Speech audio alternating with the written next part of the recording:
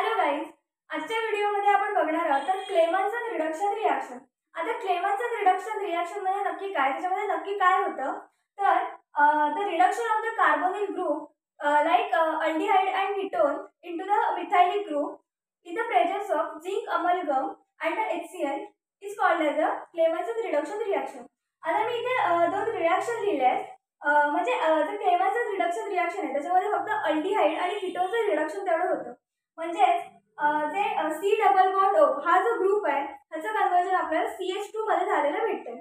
आता कीटोनची रिॲक्शन जेव्हा zinc amalgam in the presence of HCl सोबत होते तेव्हा त्याच्यापासून आपल्याला मिथाइलिक ग्रुप मिळतो. तसंच जेव्हा अल्डिहाइड सोबत जेव्हा अल्डिहाइडची रिॲक्शन जेव्हा झिंक अमलगम सोबत आणि in the presence of HCl सोबत होते तेव्हा त्याच्यापासून सुद्धा आपल्याला मिथाइलिक ग्रुप तयार झालेला मिळतो. आता त्याचा आपण मेकॅनिझम बघूया. आता मेकॅनिझम बघताना आपण इथे कीटोन ग्रुपचं बघणार आहोत. तर सुरुवात करूया. स्टेप 1 बघूया. तर RCr double bond O plus HCl. आता पहिल्यांदा आपल्याला HCl सोबत रिॲक्शन करून घ्यायचं. आता HCl सोबत रिॲक्शन होताना याच्यामध्ये काय होणार आहे तर हे जे ऑक्सिजन वरती जे दोन लोन पेअर्स आहेत त्या लोन पेअर्सने या हायड्रोजनवर अटॅक केलाय आणि OH हा बॉन्ड तयार होणार आहे. RCr डबल बॉन्ड OH आणि इथे ऑक्सिजनवर आला पॉझिटिव्ह चार्ज.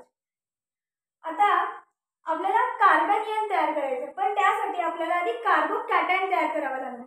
मग कार्बोकॅटायन तयार करताना काय करायचं तर हा जो कार्बन आणि ऑक्सिजन मधला जो डबल बॉन्ड आहे हा एक डबल बॉन्ड या पॉझिटिव्ह चार्जवर शिफ्ट होणार.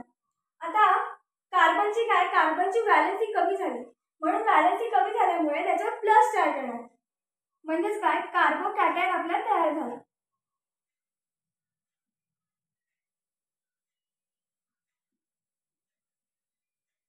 आता कार्बोकॅटायन तयार झाला पण आपल्याला इथे हायड्रोजनची ऍडिशन करायचे आहे म्हणून आपल्याला इथे निगेटिव्ह चार्ज असणं महत्त्वाचं आहे.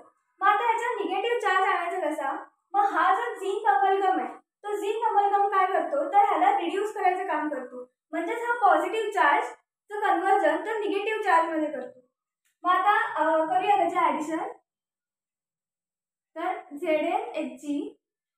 आता ह्याचा अटॅक झाल्यानंतर आपल्याला इथे कार्बनियन तयार झालेला मिळतो. आता आपल्या इथे कार्बनियन तयार झाले. आता या कार्बनियन मध्ये आपल्याला हायड्रोजनची ऍडिशन करायची. आता step 2 RCr negative single bond OH. आता आपल्याला याच्यामध्ये H2 ची ऍडिशन करायची.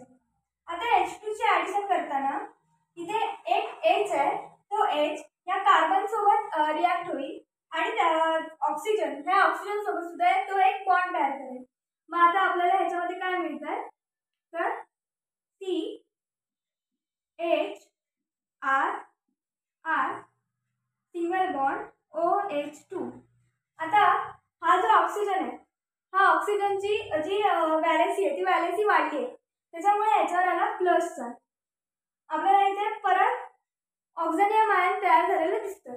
आता हा ऑक्झॅनियम आयन म्हणजे हा जो पॉझिटिव्ह चार्ज आहे हा पॉझिटिव्ह चार्ज परत आपल्याला कार्बनवर आणायचा आहे आणि कार्बनवर आला की त्याचं कार्बनियन मध्ये कन्वर्जन करायचं.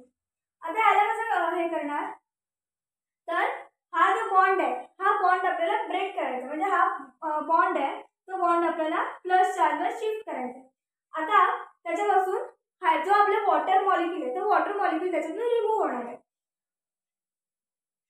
आता RCrH